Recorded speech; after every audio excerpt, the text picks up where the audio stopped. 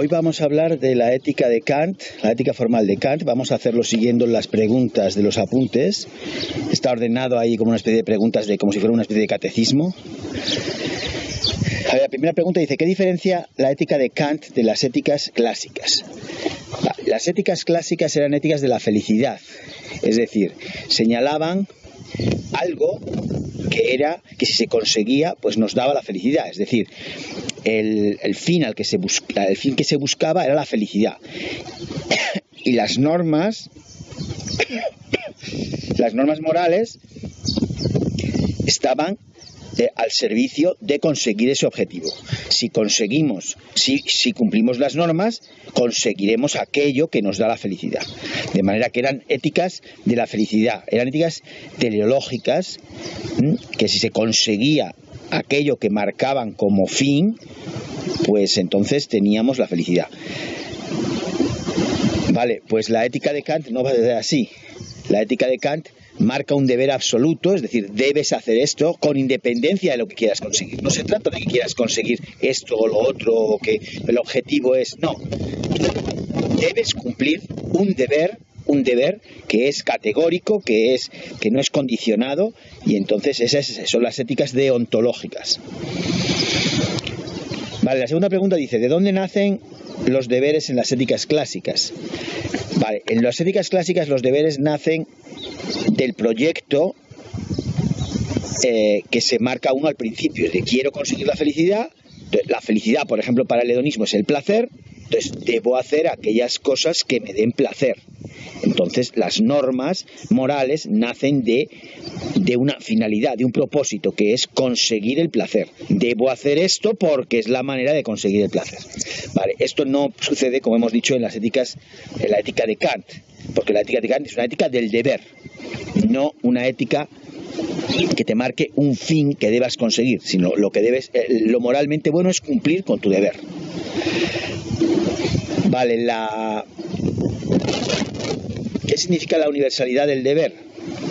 Bueno, pues la universalidad del deber consiste en que si una norma moral obliga a alguien, obliga a todos. Es decir, el deber es universal, la moral es universal, la norma moral es universal. Entonces no depende de si quieres conseguir tal cosa, unos quieren, otros no quieren, no.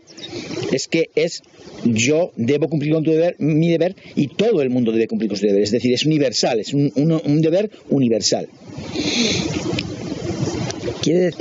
La siguiente pregunta es: ¿qué es un imperativo y qué dos tipos de imperativo existen para Kant? Vale, esto es muy fácil.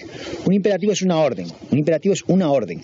Cuando el verbo está en forma imperativa, pues es salta, estudia, ama. Vale, pues un imperativo es una orden. Y hay dos tipos de imperativos para Kant, muy sencillo.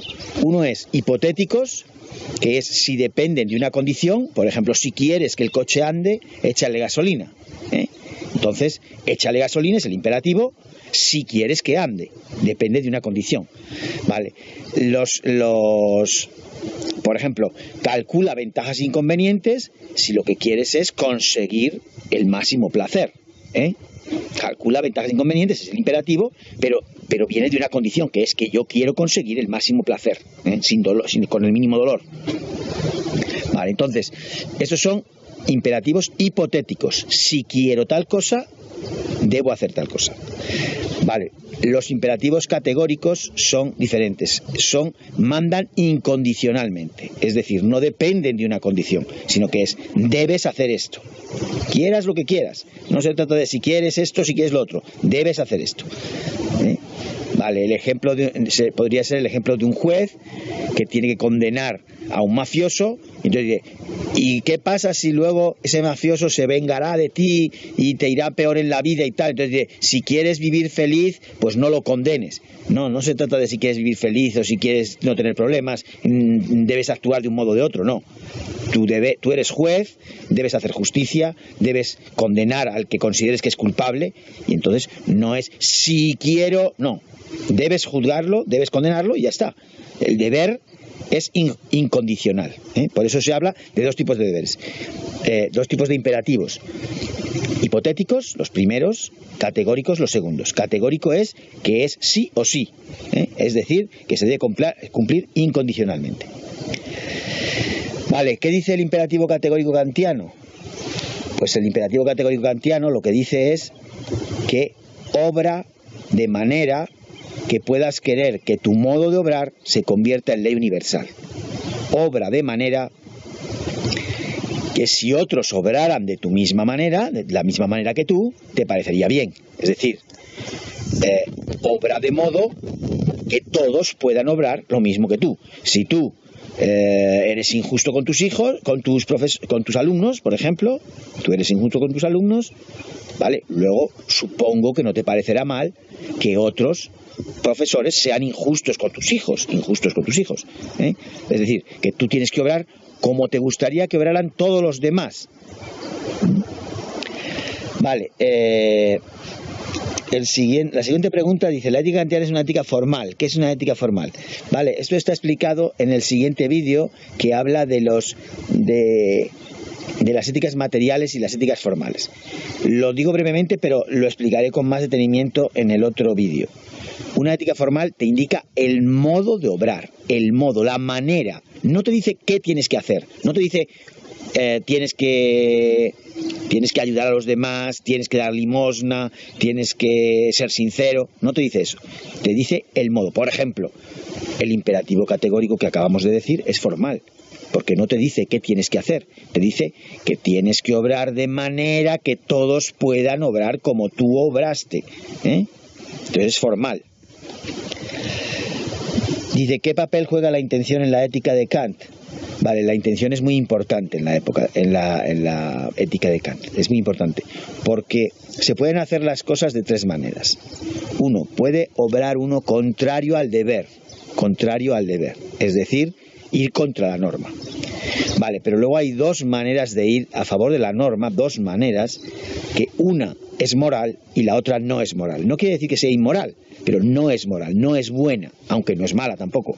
Que es, tú actúas conforme a la norma, cumples con tu deber, pero no lo haces porque sea tu deber. Lo haces por interés, porque te interesa, porque te beneficia. En ese caso, estás cumpliendo la norma. Por ejemplo, una persona que pague sus impuestos está cumpliendo la norma. Pero si lo hace porque tiene miedo a que lo pillen y va a ser peor, y va a tener que pagar una multa, entonces paga sus impuestos, pero no lo hace por deber, no lo hace porque sea su deber, sino lo hace porque le interesa que no le pongan la multa. Entonces lo que dice Kant es que obra bien aquel que paga sus impuestos por deber, ¿eh? Entonces él distingue entre legalidad, que es cumplir con la ley, y moralidad. Moral es el que hace lo bueno porque es lo bueno, porque es su deber. Entonces, volviendo a la pregunta, dice: ¿qué papel juega la intención? Pues toda. Es decir, la buena persona para Kant, o la acción moral buena, es aquella que está guiada por el sentimiento de querer cumplir con el deber. Si lo haces por otras razones, pues entonces ya no es eso moral. Si lo haces por tu propio interés, ya no es una acción moral.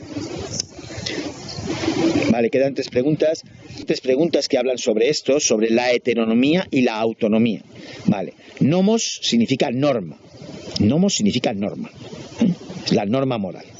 Vale, la norma moral, nosotros podemos guiarnos por nuestra propia norma, que será cuando nos llamamos autónomos, o podemos guiarnos por la norma que nos marca otro, que es cuando decimos que somos heterónomos. Heterónomos nos la marca otro, autónomo que me lo marco yo a mí mismo. Por esa razón, los autónomos que se hablan en lenguaje corriente, los empresarios autónomos, es porque son su propio jefe, se marcan a sí mismo la norma, ¿eh? Son ellos los que se marcan la norma. El que trabaja para otro, pues es heterónomo, sería heterónomo. Vale, pues entonces, ¿qué significa ser autónomo?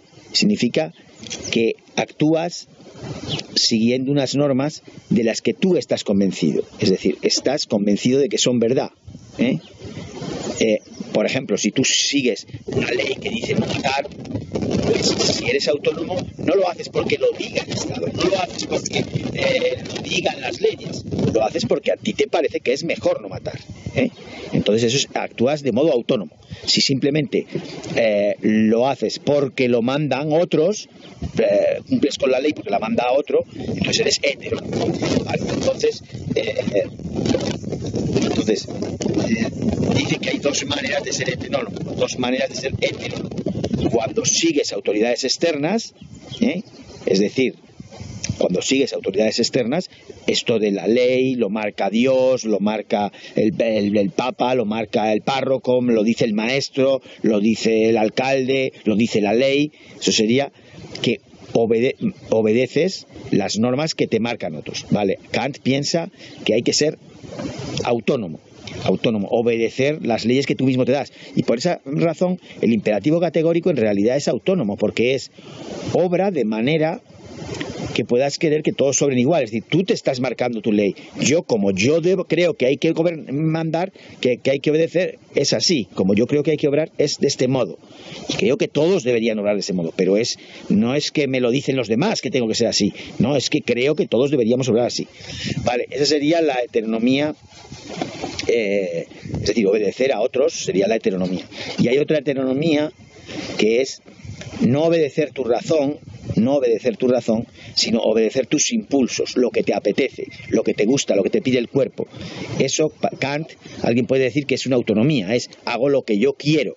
Ya, pero Kant piensa que el yo ese que manda tiene que ser el yo de la razón.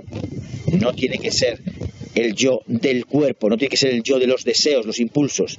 Eso es algo, eso digamos es como si de alguna manera no fuera, como si no fuera yo, como si fuera que alguien, los impulsos, los deseos, me marca, me hace esclavo de su voluntad. Entonces yo tengo que ser dueño de mí mismo y decir, no, aunque me apetece tal cosa, no la voy a hacer porque no está bien hacerlo. Entonces la autonomía